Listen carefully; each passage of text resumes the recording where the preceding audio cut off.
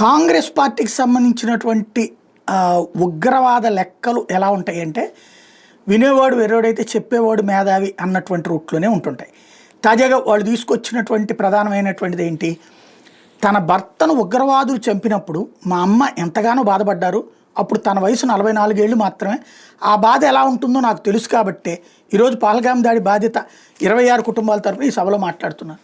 ఇక్కడ ఓ sentiment right చేయాలి, ఓ lady sentiment, ఇద్దరు లేడీస్ మాట్లాడుకున్నట్టు అనమాట. కానీ ఇక్కడ అర్థం కానిది ఏంటంటే, ప్రియాంక గాంధీ వాద్రా గారిది ఆ తీవ్రవాదులు ఎవరండి? LTT, liberation tigers of Tamil Nadu, దానికి మద్దతు ఇచ్చింది ఎవరండి?